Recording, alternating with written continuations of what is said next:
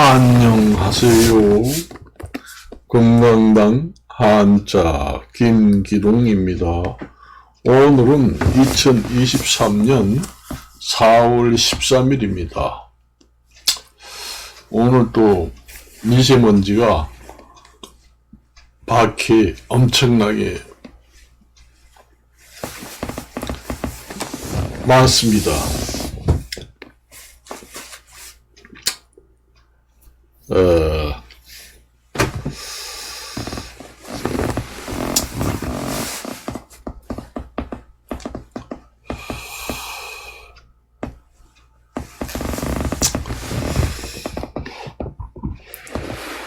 우리나라에 요즘에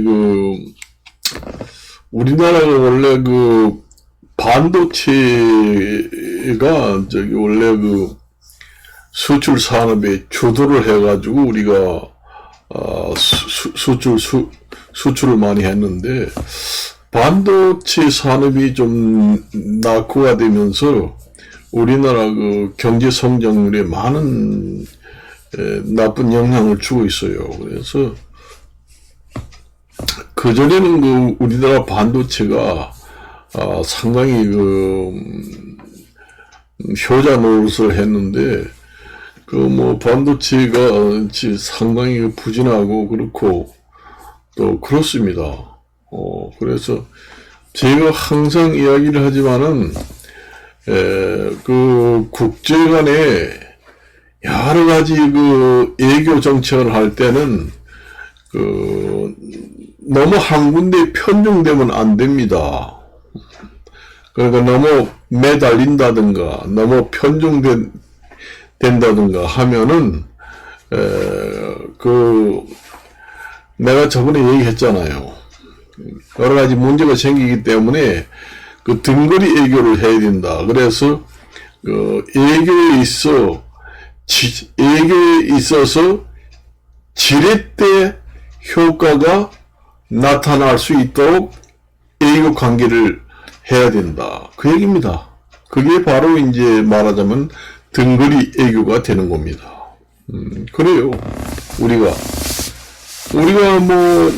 우리나라하고 우호 국가들하고만 너무 치우치지 말고, 러시아라든가 중국, 이런 나라들하고 좀 강화를 해서, 여러 가지 경제, 여러 방면의 외교 관계를 더 적극적으로 한다면은, 그게 바로 지렛대, 외교상의 지렛대 효과가 나타나는 겁니다. 그래요. 그렇게 되기 때문에 이제 다른 나라에서 우리나라를 함부로 대하지 못하고 좀 모든 면에서 좀 혜택을 좀 많이 줘야 되겠다. 우리나라 쪽으로 많이 끌어들여야 되겠다. 이런 이제 지렛대 효과가 나타납니다. 중국에도 마찬가지. 중국하고 러시아하고 우리가 외교 면에서 완전히 벽을 쌓고 지낸다 그러면은 아예 그쪽에서 포기를 합니다. 포기를 해요. 외면을 하게 됩니다. 그렇게 되면은 한쪽으로 외교 관계가 쏠리게 됩니다. 그렇게 되면은 지렛대 효과가 나타나지 않아요. 그래서 그전에는 우리가 중국하고 상당히 친중 관계에 있었잖아요. 그래서 한때는 외국에서 한국이 너무 중국한테 완전히 편중되고 치우친다. 그래서 완전히 한국하고 중국하고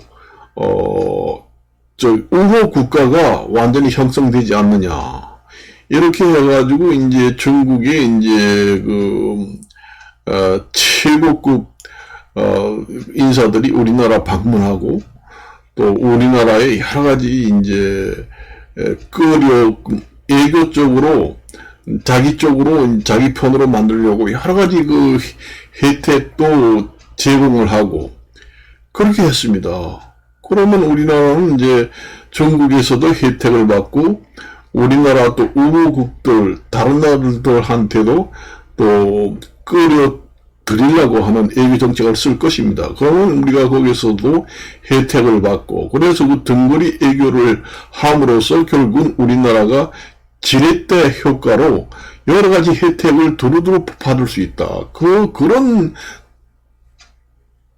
장점도 있습니다. 그래서 제가 항상 이제 등거리 애교를 얘기를 했어요.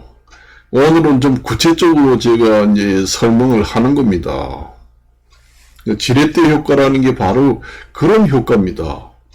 꼭 뭐 그렇게 한다고 해서 우리가 뭐 친중 관계가 아주 너무 그 친중 관계가 밀접해가지고 완전히 뭐 피를 나눈 혈맹 관계보다 더 두텁다. 이렇게까지 얘기가 될 수 있도록 하면서 또 우리 우후 국가들과도 또 애교를 강화하고 그렇게 하면 됩니다. 우리 그렇게 한다고 해서 뭐 우리가 완전히 중국처럼 공천화 되는 것도 아니고 그렇습니다. 그렇게 함으로써 이제 그 강대국들은 원래 그 애교에서 자기 나라 쪽으로 많이 우호 국가를 만들려고 하는 욕심이 있어요. 중국도 그렇고 뭐 다른 나라도 마찬가지입니다. 그 강대국들은 세계에 있는 여러 나라들을 자기 쪽으로 완전히 끌어들여서 우호 국가를 만들려는 욕심이 대단히 많습니다. 특히 이제 뭐 중동이라든가 이 에너지가 많은 석유, 가스, 천연가스 이런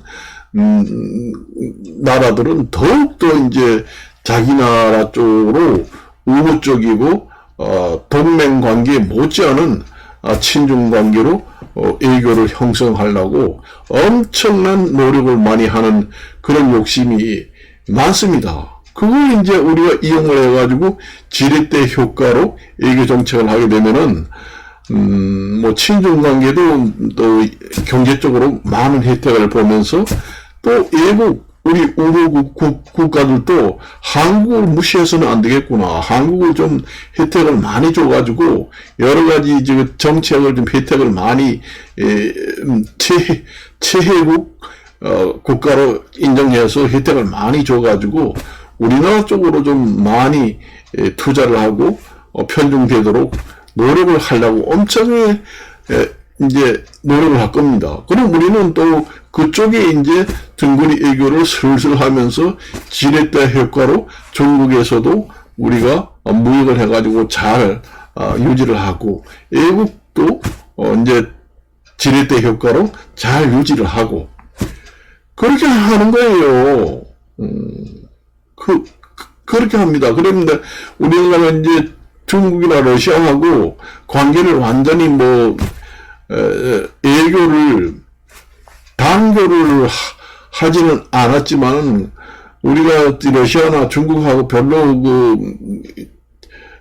좀 애교적으로 친러 관계를 유지하지 않으면은 그쪽 나라에서는 아예 포기를 해버립니다. 그러면은 우리나라 다른 애국에 있는 우리나라하고 우호 국가들은 뭐 한국에 뭐 친러 뭐 하고 완전히 벽을 쌓고 얘기도 하지 않고 별로라네? 그럼 우리나라 쪽으로 완전히 편중돼가지고 오겠지. 그러면서, 그까지 한국 뭐, 당연히 우리나라 쪽으로, 오게 돼 있는데, 한국을 좋은 조건의 혜택 같은 거, 줄 필요가 없어. 그러면서, 그렇게 생각할 수도 있습니다. 그러면은 불이익을 받습니다, 우리가. 그래서 친중 관계도 상당히 중요하다. 우리가 우리 우호 국가들하고만 아주 애교를 강화할 것이 아니라 그런 효과도 있다는 얘기예요. 친중 효과를 강화해가지고 외국에서 봤을 때는 완전히 한국은 중국하고 밀착돼가지고 동맹관계나 다름없으니까 완전히 쏠려버렸다, 이런 인식이 될 수 있을 정도로 친러나 친중관계를 아주 밀착해야 됩니다. 그렇게 하면은 외국에서 또 강대국들, 패권 국가들이 한국을 어떻든지 중국하고 러시아하고 외교 관계가 너무 밀착되니까 좀 완화시키고 좀 서로 좀 우리 쪽으로 좀 외교 관계가 쏠리도록 만들어야 되겠다 하면서 외국에서도 많은 혜택을 줄 테니까 우리나라에 와서 투자를 하고 좀 무역도 같이 하고 회담도 하자, 이러면서 이제 중국, 러시아도 자기 편으로 만들려고 완전히 그 여러 가지 혜택을 베풀고, 또 서방 국가들, 우리 우호 국가들의 전통적인 우호 국가들도 서로 한국에 이제 손을 내밀고, 그렇게 되면서 여기서도 이익을 보고 저기에서도 이익을 볼 수 있는 그런 외교 관계를 만들려 하는 것이 바로 등거리 외교를 이용한 지렛대 효과의 외교 정책을 펴라. 제가 항상 그런 얘기를 했습니다. 오늘은 좀 구체적으로 얘기를 했습니다. 그 등거리 외교라는 게 그렇습니다. 한쪽으로 너무 편중이 딱 돼버리면은 저 한국은 완전히 저 나라하고 완전히 그 밀착이 돼가지고 우리가 아무리 노력을 해도 친중관계, 친러관계가 불가능해. 그러면 포기가 되게 되면은 그 나라하고 이제 그 무역 효과도 없고 아무 얻을 것이 없고, 또 한쪽으로 또 치우치면은 아이고 한국은 뭐 친중 관계하고 완전히 뭐 외교를 하는 건지 마는 건지 완전히 외교를 끄는 건지 그렇게 됐다. 그러면 그 외국에서는 우리나라를 뭐 여러 가지 혜택을 줘가지고 끌려고 하는 그런 정책도 없고 완전히 그 모든 혜택을 몰수하게 됩니다. 그걸 하셔야 돼요. 외교 관계에서는 우리 개인 간에도 마찬가지입니다. 우리가 이제 처음에 이제 남녀 관계가 연애할 때, 여자가 이제 이쪽 남자, 저쪽 남자 선택을 하려고 할 때, 한쪽 남자에 완전히 이제 딱 찍어가지고 저 남자하고 결혼해야 되겠다 이러면 이쪽 남자는 완전히 그 관계를 끊고 그 여자하고 완전히 전화 통화도 하지 않잖아요. 그렇지만은 그 여자가 A 남자하고 B 남자하고 아직 선택을 하지 않고 서로 이제 대화도 하고 서로 친한 사이가 비슷하다. 그러면은 그 남자들이 서로 끌려고 그 여자를 자기 편으로 만들려고 여러 가지 뭐 선물도 하고 뭐하고 할 거 아니에요. 그게 바로 등거리 외교의 하나의 예를 들어서 제가 설명한 거예요. 그런 관계를 갖다가 제가 해야지만은 외교 관계를 잘한다고 이제 국민들이 얘기할 겁니다. 어떻게 됐든 간에 최우선으로 생각할 것은 국익입니다. 외교 관계에 있어서 어떤 식으로 관계를 하든 우리나라의 이익이 나오는 상태를 만들라는 겁니다. 그래야 국가 그 경제 성장률도 높아지는 거예요. 우리가 외교 관계를 할 때 국익을 최우선으로 생각을 해서 외교 관계를 해야 된다. 그 얘기입니다. 그걸 하려면은 그 등거리 외교를 해가지고 지렛대 효과를 이용해가지고 국익을 많이 창출해가지고 경제 성장률을 높이는 계기가 됩니다. 그게. 그 아까도 내가 얘기했잖아요. 여자 하나를 두고 남자가 둘이 사귈 때 그 여자가 양쪽을 포기하지 않고 오랫동안 등거리 남녀 관계를 이용해가지고 이 남자도 적당히 사귀고 저 남자도 적당히 생겨가지고 이쪽에도 선물 받고 저쪽에도 선물 받고 그렇게 하면서 이익은 다 챙기잖아요. 그러다가 이제 나중에 이제 천천히 이제 어떤 계기가 됐을 때 자기가 정말로 결혼할 상대다 이러면 그 남자하고 이제 이 한 남자를 버리고 한 남자만 선택해가지고 이제 결혼할 수도 있고 그런 관계가 이제 예를 들어서 얘기하는 겁니다. 제가 그래서 항상 제가 그 덩어리 애교를 얘기를 했습니다. 그래야 돼요.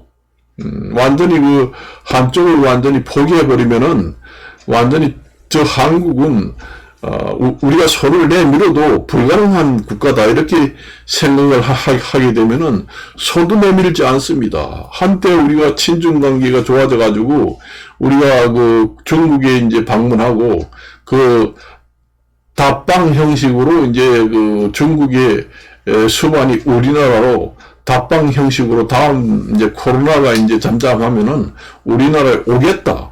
그럴 때 계속 그 연결을 해가지고 다음 정권이 이양을 받아가지고 정부를 시작할 때도 같이 그 연결을 시켰어야 합니다. 그래야 돼요.